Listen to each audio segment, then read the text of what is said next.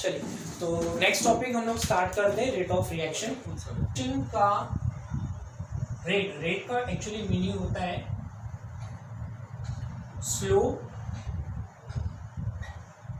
या कितना fast reaction हो रहा है। कोई भी रिएक्शन कितना स्लो हो रहा है या फास्ट हो रहा है, जब उसको कंपेयर करेंगे तो उसे हम बोलेंगे रेट ऑफ रिएक्शन। ठीक है, तो फॉर एग्जांपल मैंने एक बीकर लिया है, ओके, और इस बीकर में मैंने वाटर ले लिया है,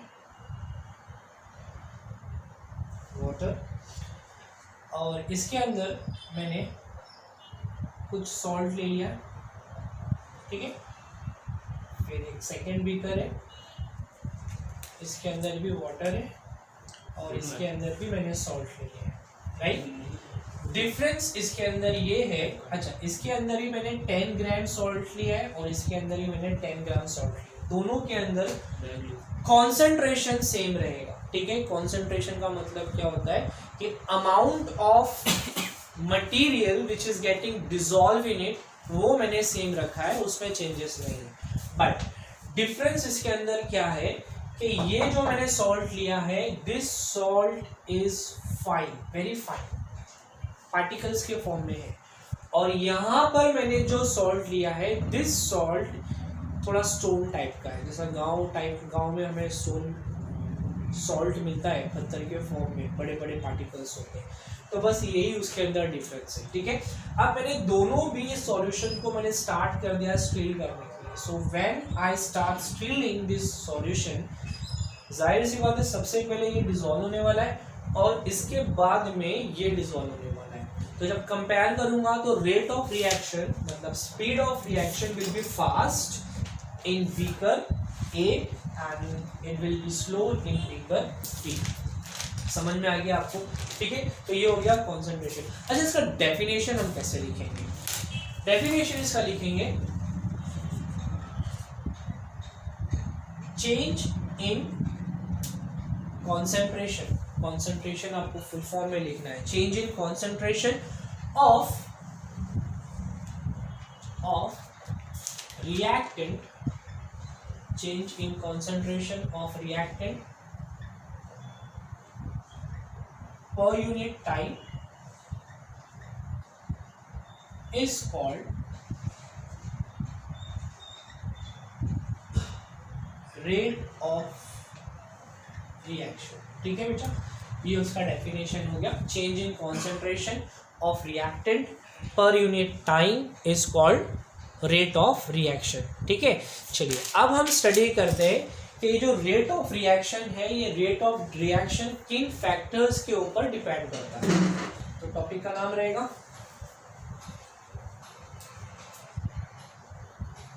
फैक्टर्स अफेक्टिंग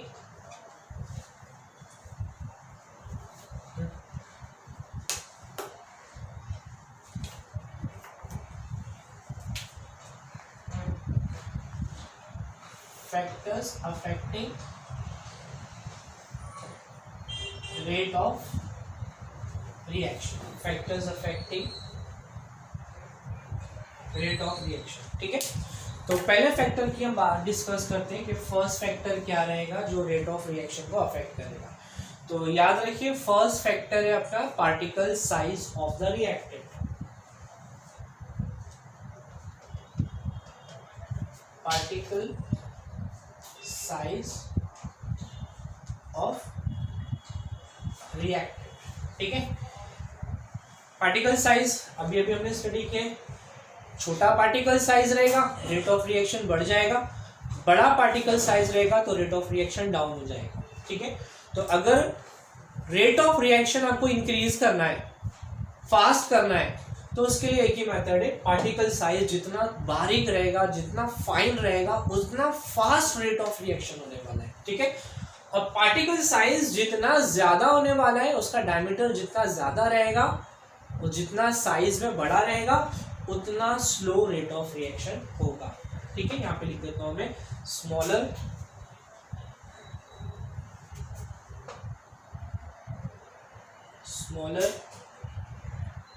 particle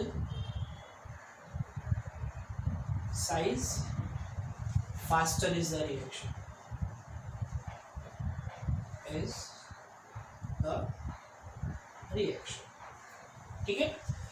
अब सेकेंड फैक्टर जो है इसका, सेकेंड फैक्टर, पहला हमने स्टडी किया पार्टिकल साइज ऑफ रिएक्टेंट, और सेकेंड फैक्टर है कॉन्सेंट्रेशन ऑफ रिएक्टेंट. कौन क्या है? Concentration of reactant.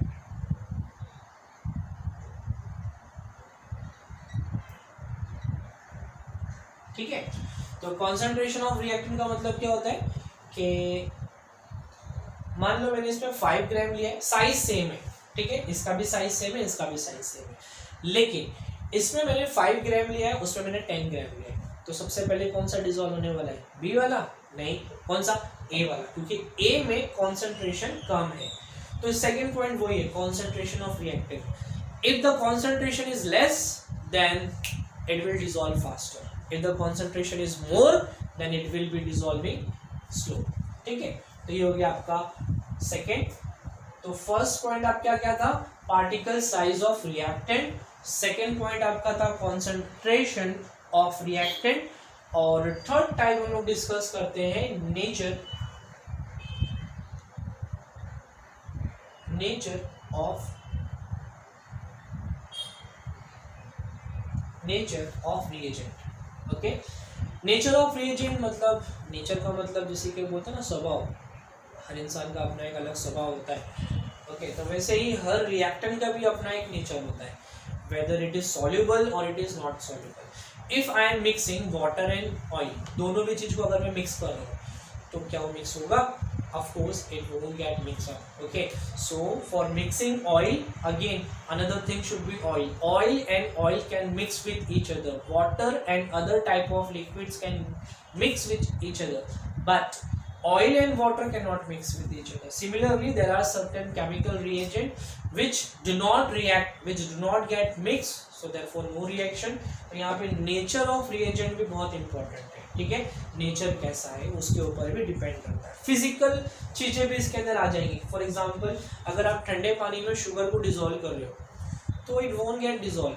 ठीक है. गर्मी के मौसम में हम जब शिकंजी बनाते हैं, नींबू पानी बनाते हैं, तो ठंडे पानी में अगर आप शुगर को ऐड करके डिसॉल्व करते हो तो डिसॉल्व नहीं होता है. बट पहले से अगर आपने उसको डिसॉल्व किया अच्छे से सादे पानी में, उसके बाद में आप उसमें आइस क्यूब ऐड करोगे तो ईजिली बन जाएगा. बट अगर आप पहले ही ठंडे पानी में उसको डिसॉल्व करते हो तो इट वोंट गेट डिसॉल्व. तो दैट इज कॉल्ड नेचर. ये भी एक नेचर के अंदर ही काउंट किया जाएगा. ठीक है. तो फर्स्ट हमने स्टडी किया particle size of reactant, second हमने स्टडी किया कॉन्सेंट्रेशन. ओके. और थर्ड वाला जो है वो condition, different condition, sorry fourth वाला डिफरेंट कंडीशन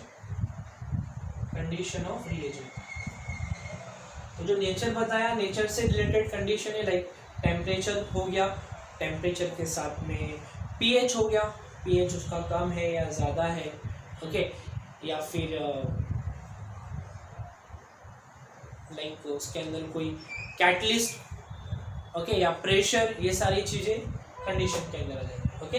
तो इन 4 फैक्टर्स पे आपका रेट ऑफ रिएक्शन डिपेंड करता है. तो रेट ऑफ रिएक्शन का बेसिक मीनिंग क्या होता है? हाउ स्लो और fast the chemical reaction is, that is called as nature of rate of reaction. Rate of reaction 4 चीजों पे डिपेंड करता है. ओके.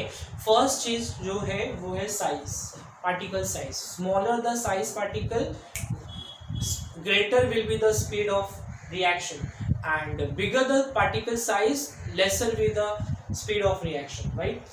Concentration of reactant. तो अगर कम क्वांटिटी में कोई रिएक्टेंट प्रेजेंट है तो केमिकल रिएक्शन स्पीड अप होगा, एक्सेलरेट होगा, और अगर ज़्यादा कॉन्सेंट्रेशन मौजूद है तो फिर रेट ऑफ रिएक्शन डिक्रीज हो जाएगा.